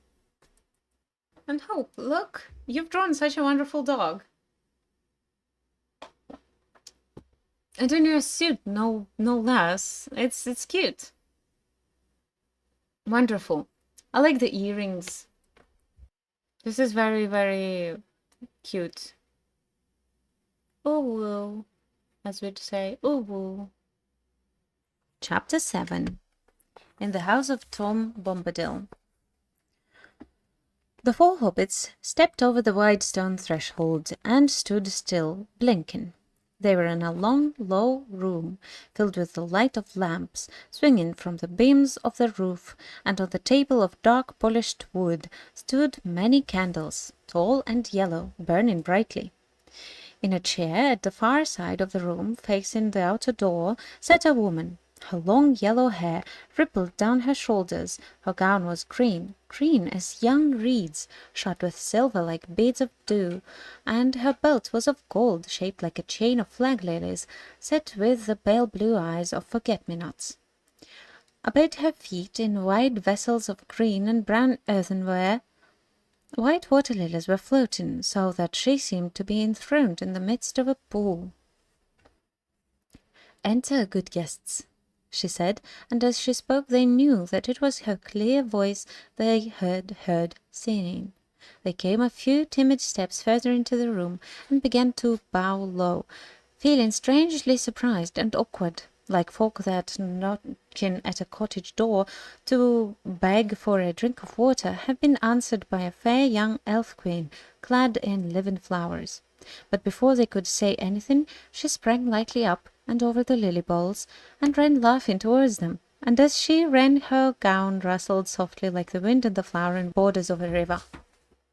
"Come, dear folk," she said, taking Frodo by the hand, "laugh and be merry. I am Goldberry, daughter of the river." Then lightly she passed them, and closing the door, she turned her back to it, with her white arms spread out across it. "Let us shut out the night," she said, "for you are still afraid, perhaps, of mist and tree shadows and deep water and untamed things. Fear nothing, for tonight you are under the roof of Tom Bombadil." The hobbits looked at her in wonder, and she looked at each of them and smiled. "Fair Lady Goldberry," said Frodo at last, feeling his heart moved with a joy that he did not understand. He stood as he had at times stood, enchanted by fair elven voices, but the spell that was now laid upon him was different. Less keen and lofty was the delight, but deeper and nearer to mortal heart, marvellous and yet not strange. "Fair Lady Goldberry," he said again, "now the joy that was hidden in the songs we heard is made plain to me. Or slender as a willow wand, or clearer than clear water, or reed by the living pool, fair river daughter, or springtime and summertime, and spring again after, or wind on the waterfall, and the leaves' laughter." Suddenly he stopped and stammered, overcome with surprise to hear himself saying such things. But Goldberry laughed. "Welcome," she said. I had not heard that folk of the Shire were so sweet-tongued, but I see that you are an elf friend. The light in your eyes and the ring in your voice tells it. This is a merry meeting. Sit now, and wait for the master of the house. He will not be long. He is tending your tired beasts." The hobbits sat down gladly in low rush-seated chairs, while Goldberry busied herself about the table, and their eyes followed her, for the slender grace of her movement filled them with quiet delight. From somewhere behind the house came the sound of singing. Every now and again they caught, among many a derry-doll, and a merry-doll, and a ring-a-ding-de-lo, the repeated words, "Old Tom Bombadil is a merry fellow, bright blue his jacket is, and his boots are yellow." "Fair lady," said Frodo again after a while, "tell me, if my asking does not seem foolish, who is Tom Bombadil?" "He is," said Goldberry, staying her swift movements and smiling. Frodo looked at her questioningly. "He is as you have seen him," she said in answer to his look. "He is the master of wood, water, and hill." "Then all this strange land belongs to him?" No, indeed, she answered, and her smile faded. That would indeed be a burden, she answered in a low voice as if to herself. The trees and the grasses and all things growing or living in the land belong each to themselves. Tom Bombadil is the master. No one has ever caught old Tom walking in the forest, wading in the water, leaping on the hilltops under light and shadow. He has no fear. Tom Bombadil is master. A door opened, and in came Tom Bombadil. He had now no hat, and his thick brown hair was crowned with autumn leaves. He laughed, and going to Goldberry took her hand. "Here's my pretty lady," he said, bowing to the hobbits. "Here's my Goldberry clothed all in silver green, with flowers in her girdle. Is the table laden? I see yellow cream and honeycomb and white bread and butter, milk, cheese, and green herbs and ripe berries gathered. Is that enough for us? Is the supper ready?" "It is," said Goldberry, "but the guests perhaps are not." Tom clapped his hands and cried, "Tom, Tom, your guests are tired, and you had near forgotten. Come now, my merry friends, and Tom will refresh you. You shall clean grimy hands and wash your weary faces. Cast off your muddy cloaks and comb out your tangles." He opened the door, and they followed him down a short passage and round a sharp turn. They came to a low room with a sloping roof, a penthouse it seemed, built on to the north end of the house. Its walls were of clean stone, but they were mostly covered with green hanging mats and yellow curtains. The floor was flagged and strewn with fresh green rushes. There were 4 deep mattresses, each piled with white blankets, laid on the floor along one side. Against the opposite wall was a long bench laden with wide earthenware basins, and beside it stood brown ewers filled with waters, some cold, some steaming hot. There were soft green slippers set ready beside each bed. Before long, washed and refreshed, the hobbits were seated at the table, 2 on each side, while at either end sat Goldberry and the master. It was a long and merry meal. Though the hobbits ate, as only famished hobbits can eat, there was no lack. The drink in their drinking bowls seemed to be clear of cold water, yet it went to their hearts like wine and set free their voices. The guests became suddenly aware that they were singing merrily, as if it was easier and more natural than talking. At last Tom and Goldberry rose and cleared the table swiftly. The guests were commanded to sit quiet, and were set in chairs, each with a footstool to his tired feet. There was a fire in the wide hearth before them, and it was burning with a sweet smell, as if it were built of apple wood. When everything was set in order, all the lights in the room were put out, except one lamp and a pair of candles at each end of the chimney shelf. Then Goldberry came and stood before them, holding a candle, and she wished them each a good night and deep sleep. "Have peace now," she said, "until the morning. Heed no nightly noises, for nothing passes door in winter here save moonlight and starlight and the wind of the hilltop. Good night." She passed out of the room with a glimmer and a rustle. The sound of her footsteps was like a stream falling gently away downhill over cool stones in the quiet of night. Tom sat on a while beside them in silence, while each of them tried to muster the courage to ask one of the many questions he had meant to ask at supper. Sleep gathered on their eyelids. At last Frodo spoke. "Did you hear me calling, master, or was it just chance that brought you at that moment?" Tom stirred like a man shaken out of pleasant dream. "Eh, what?" said he. "Did I hear you calling? Nay, I did not hear. I was busy singing. Just chance brought me then, if chance you call it. It was no plan of mine, though I was waiting for you. We heard news of you, and learned that you were wandering. We guessed you'd come along down to the water. All paths lead that way, down to Witherwindle. Old Grey Willow Man, he's a mighty singer, and it's hard for little folk to escape his cunning mazes. But Tom had an errand there that he dared not hinder." Tom nodded as if sleep was taking him again, but he went on in a soft singing voice. I had an errand there, gathering water lilies, green leaves and lilies white, to please my pretty lady. The last is a year's end, to keep them from the winter, to flower by her pretty feet till the snows are melted. Each year at summer's end I go to find them for her, in a wide pool deep and clear, far down with the window. There they open first in spring, and there they linger latest. By that pool long ago I found the river daughter, fair young goldberry sitting in the rushes. Sweet was her singing then, and her heart was beating. He opened his eyes and looked at them with a sudden glint of blue. And that proved well for you, for now I shall no longer go down deep again along the forest water, not while the year is old, nor shall I be passing Old Man Willow's house this side of springtime, not till the merry spring, when the river daughter dances down the withy path to bathe in the water. He fell silent again. But Frodo could not help asking one more question, the one that he most desired to have answered. "Tell us, master," he said, "about the Willow Man. What is he? I have never heard of him before."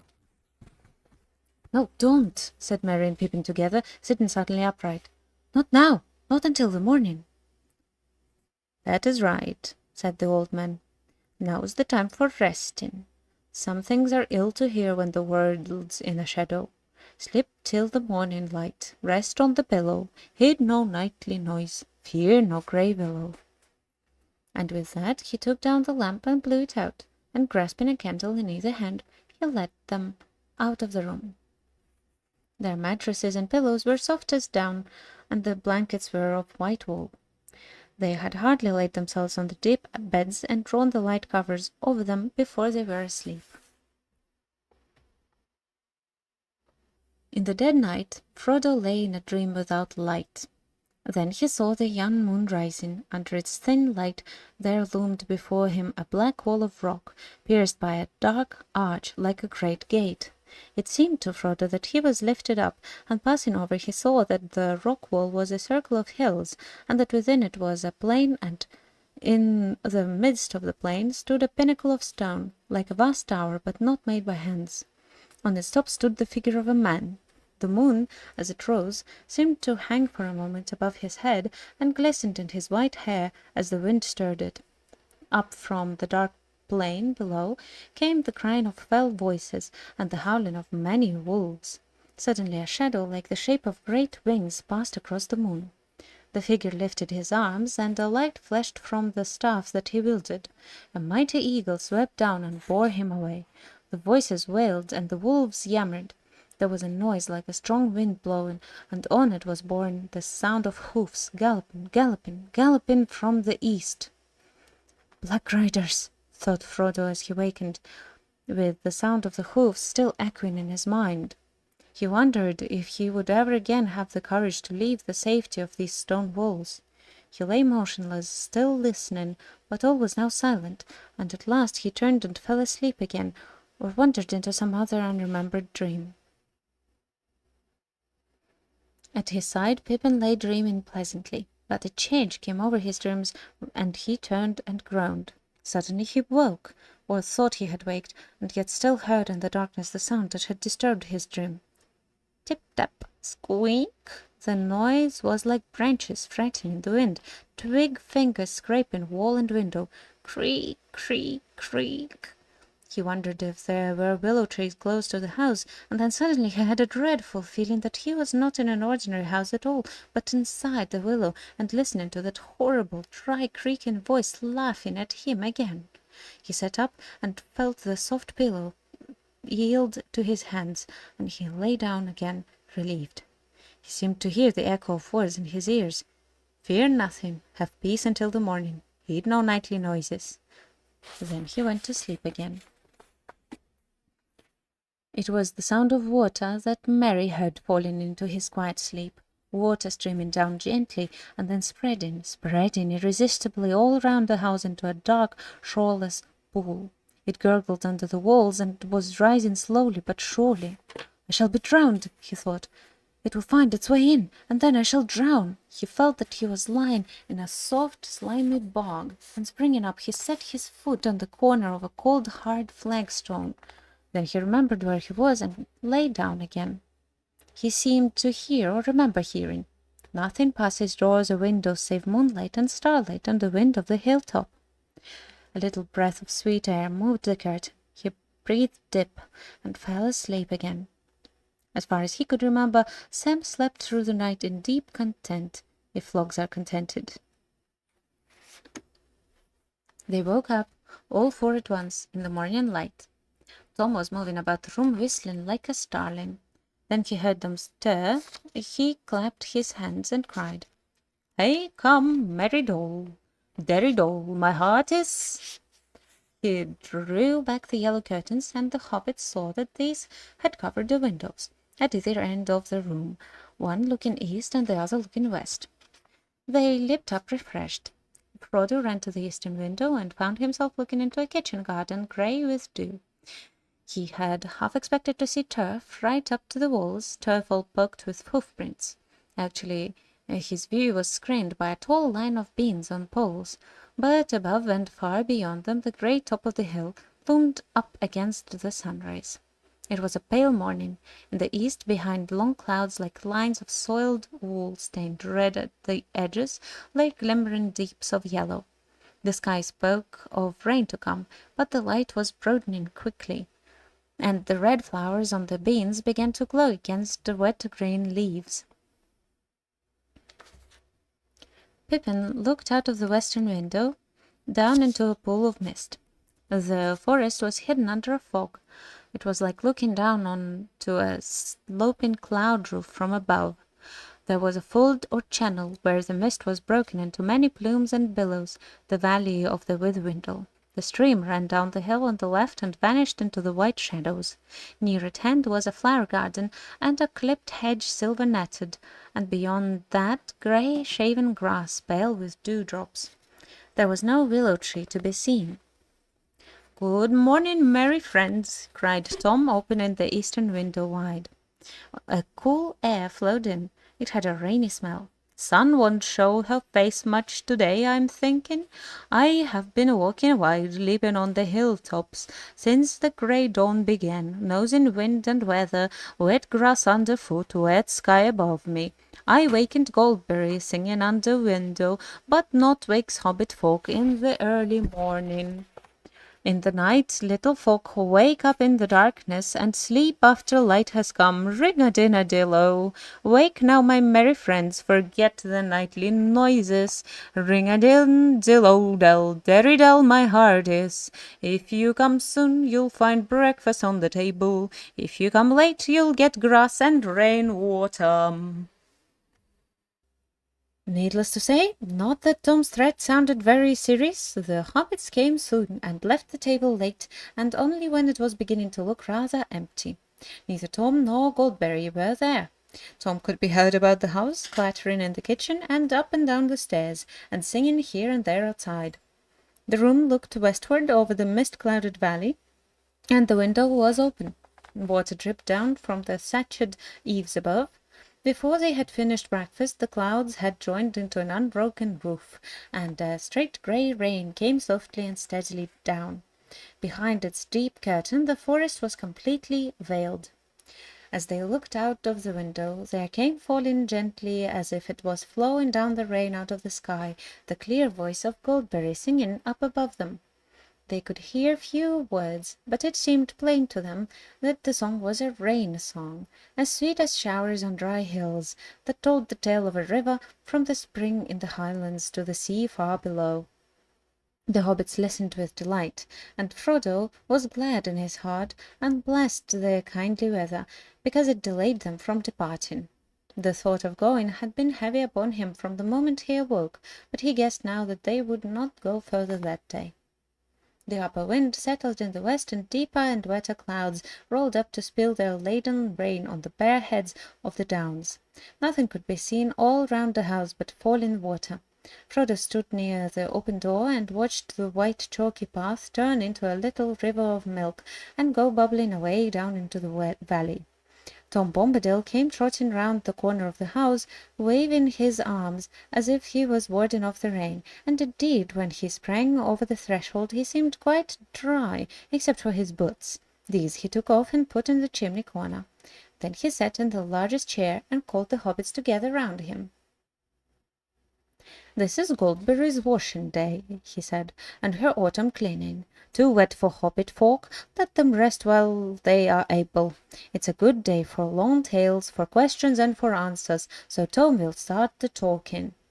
He then told them very remarkable stories, sometimes half as if speaking to himself, sometimes looking at them suddenly with a bright blue eye under his deep brows. Often his voice would turn to song, and he would get out of his chair and dance about. He told them tales of bees and flowers, the ways of trees, and the strange creatures of the forest, about the evil things and good things, things friendly and things unfriendly, cruel things and kind things, and secrets hidden under brambles. As they listened, they began to understand the lives of the forest, apart from themselves, indeed to feel themselves as the strangers, where all other things were at home. Moving constantly in and out of his talk was Old Man Willow, and Frodo learned now enough to content him, indeed more than enough, for it was not comfortable lore. Tom's words laid bare the hearts of trees and their thoughts, which were often dark and strange, and filled with the hatred of things that go free upon the earth, gnawing, biting, breaking, hacking, burning, destroyers and usurpers. It was not called the Old Forest without reason, for it was indeed ancient, a survivor of vast forgotten woods, and in it there lived, yet aging no quicker than the hills, the fathers of trees, remembering times when they were lords. The countless years had filled them with pride, and rooted wisdom, and with malice. But none were more dangerous than the great willow. His heart was rotten, but his strength was green, and he was cunning, and a master of winds, and his song and thought ran through the woods on both sides of the river. His grey thirsty spirit drew power out of the earth and spread like fine root threads in the ground, and invisible twig fingers in the air, till it had under its dominion nearly all the trees of the forest from the hedge to the downs. Suddenly Tom's talk left the woods and went leaping up the young stream, over bubbling waterfalls, over pebbles and worn rocks, and among small flowers in those enclosed grass and wet crannies, wandering at last up onto the downs. They heard of the great barrows, and the green mounds, and the stone rings upon the hills and in the hollows among the hills. Sheep were bleating in flocks, green walls and white walls rose. There were fortresses on the heights. Kings of little kingdoms fought together, and the young sun shone like fire on the red metal of their new and greedy swords. There was victory and defeat, and towers fell, fortresses were burned, and flames went up into the sky. Gold was piled on the biers of dead kings and queens, and mounds covered them, and the stone doors were shut, and the grass grew over all. Sheep walked for a while, biting the grass, but soon the hills were empty again. A shadow came out of the dark places far away, and the bones were stirred in the mounds.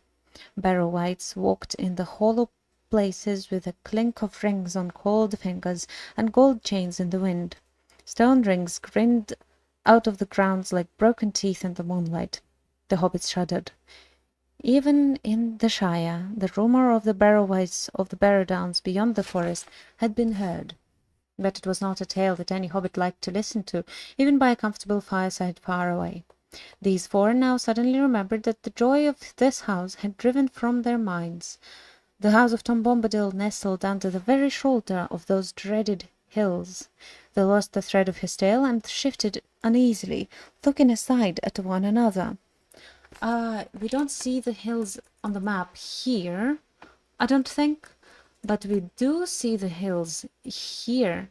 They are talking about these hills, the Barrow Downs, and they will be exiting to those hills out of the forest.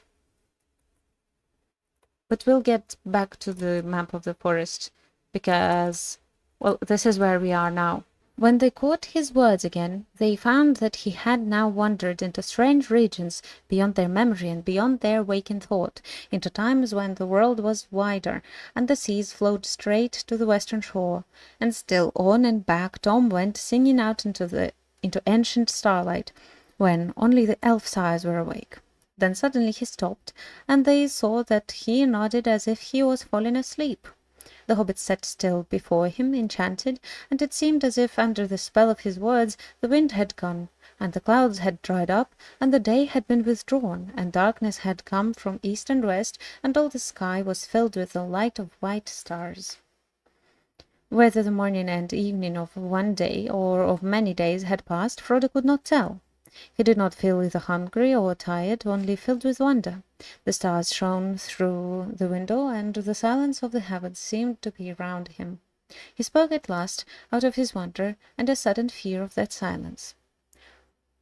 "Who are you, master?" he asked. "Eh, what?" said Tom, sitting up, and his eyes glinting in the gloom. "Don't you know my name yet? That's the only answer. Tell me, who are you, alone, yourself, and nameless? But you are young, and I am old. Eldest, that's what I am. Mark my words, my friend. Tom was here before the river and the trees. Tom remembers the first raindrop and the first acorn. He made paths before the big people, and saw the little people arriving. He was here before the kings and the graves and the Barrow-wights. When the elves passed westward, Tom was here already, before the seas were bent. He knew the dark under the stars when it was fearless, before the Dark Lord came from outside." A shadow seemed to pass by the window, and the hobbits glanced hastily through the panes. When they turned again, Goldberry stood in the door behind, framed in light. She held a candle, shielding its flame from the draught with her hand, and the light flowed through it like sunlight through a white shell. "The rain has ended," she said, "and new waters are running downhill under the stars. Let us now laugh and be glad." "And let us have food and drink," cried Tom. "Long tales are thirsty, and long listening's hungry work, morning, noon, and evening." With that he jumped out of his chair, and with a bound took a candle from the chimney shelf and lit it in the flame that Goldberry held. Then he danced about the table. Suddenly he hopped through the door and disappeared. Quickly he returned, bearing a large and laden tray. Then Tom and Goldberry set the table, and the hobbits sat half in wonder and half in laughter. So fair was the grace of Goldberry, and so merry and odd the caperings of Tom.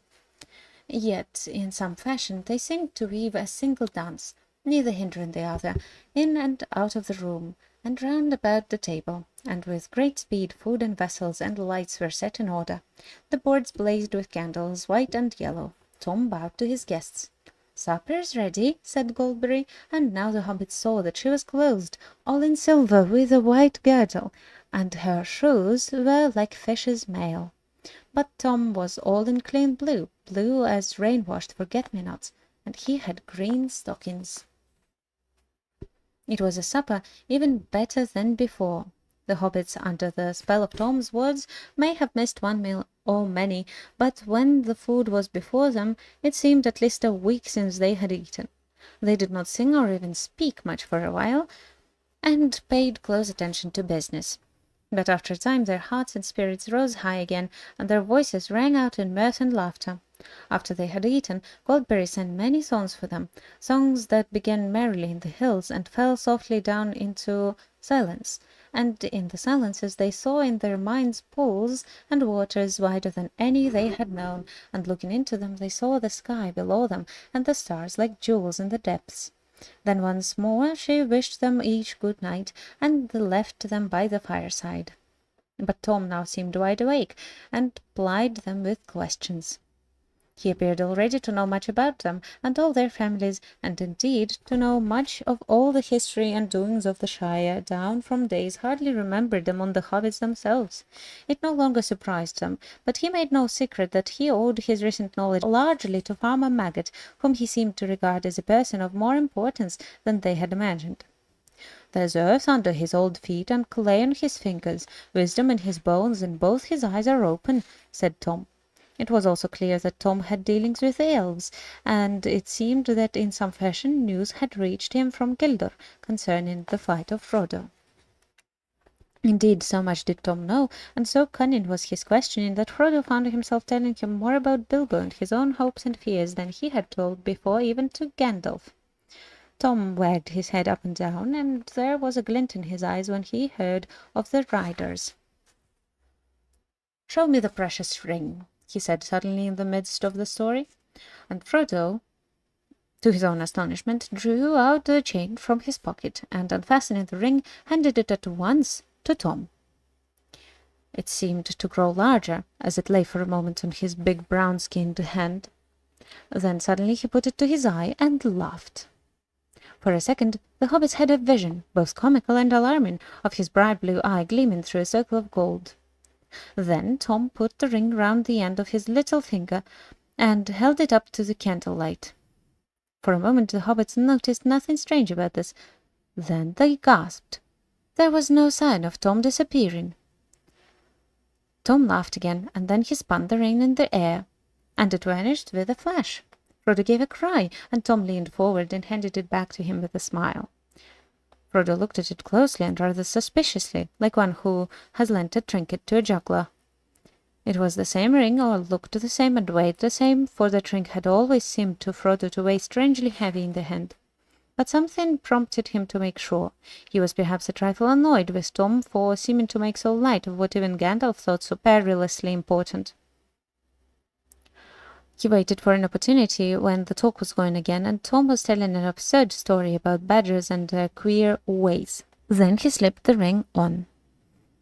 Merry turned towards him to say something and gave a start, and checked an exclamation. Frodo was delighted in a way. It was his own ring all right, for Merry was staring blankly at his chair and obviously could not see him. He got up and crept quietly away from the fireside towards the outer door. "Hey there!" cried Tom, glancing towards him with the most seeing look in his shining eyes. "Hey, come, Frodo, there! Where be you a-going? Old Tom Bombadil's not as blind as that yet. Take off your golden ring. Your hand's more fair without it. Come back, leave your game, and sit down beside me. We must talk a while more, and think about the morning. Tom must teach the right road, and keep your feet from wandering." Frodo laughed, trying to feel pleased, and taking off the ring he came and sat down again. Tom now told them that he reckoned the sun would shine tomorrow, and it would be a glad morning, and setting out would be hopeful. But they would do well to start early, for weather in that country was a thing that even Tom could not be sure of for long, and it would change sometimes quicker than he could change his jacket. "I am no weather master," said he, "nor is aught that goes on two legs." By his advice they decided to make nearly due north from his house, over the western and lower slopes of the downs. They might hope in that way to strike the east road in a day's journey, and avoid the barrows. He told them not to be afraid, but to mind their own business. "Keep to the green grass. Don't you go a-meddling with old stone or cold wights, or prying in their houses, unless you be strong folk with hearts that never falter." He said this more than once, and he advised them to pass barrows by on the west side, if they chanced to stray near one. Then he taught them a rhyme to sing, if they should by ill luck fall into any danger or difficulty the next day. "Oh, Tom Bombadil, oh, by water, wood, and hill, by the reed and willow, by fire, sun, and moon, hearken now and hear us. Come, Tom Bombadil, for our need is near us." When they had sung this all together after him, he clapped them each on the shoulder with a laugh, and taking candles, led them back to their bedroom. I can't believe it is done. I shall put my book away. I liked the chapter very much. I liked Tom Bombadil. I really like his songs. And I like that he's a singer, that he sings. It's very cool. I also like the River daughter, but I wonder what their relationship is. Is she like also like a daughter to him as well? Like, he says that he's the eldest or something, and that he has been there since before the trees and before the kings and stuff. That's quite long ago, thousands of years ago. He's like thousands of years old. That's impressive. Oh my god. What are you doing with your dog? Girl, why would you do that? Boo.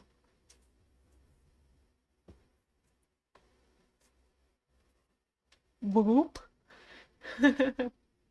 So yeah, was he there before the river as well, or was the river there with him? Maybe he's like married to the river or something. And why is he bringing the water lilies to the river daughter?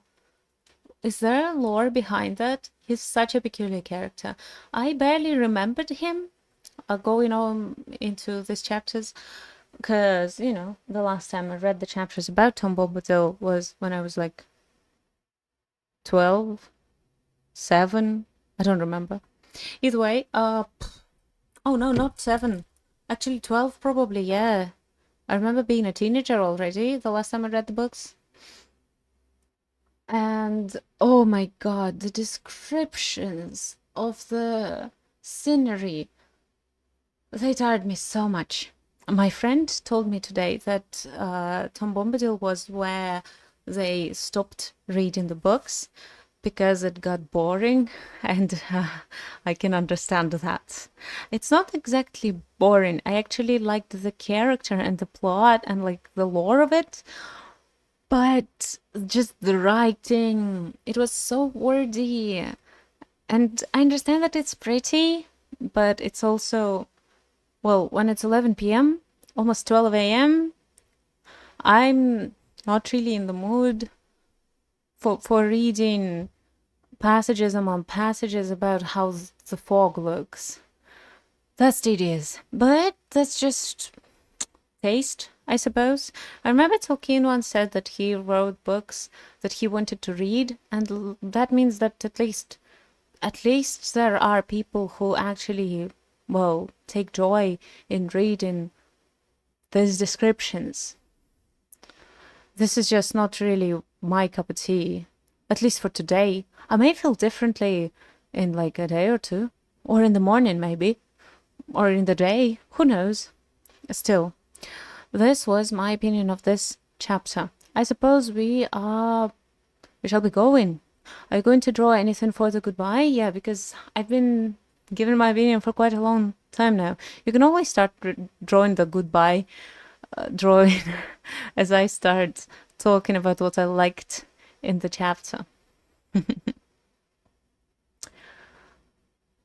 I liked that we had Merry and Pippin be conspirators in today's chapters.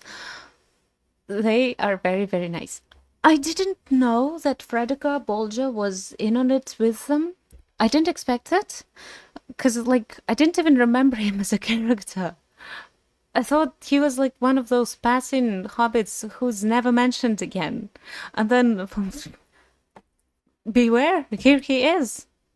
Oh, thank you. I'm a cat with glasses. So sweet. And a man bun or something. Ooh. Yeah,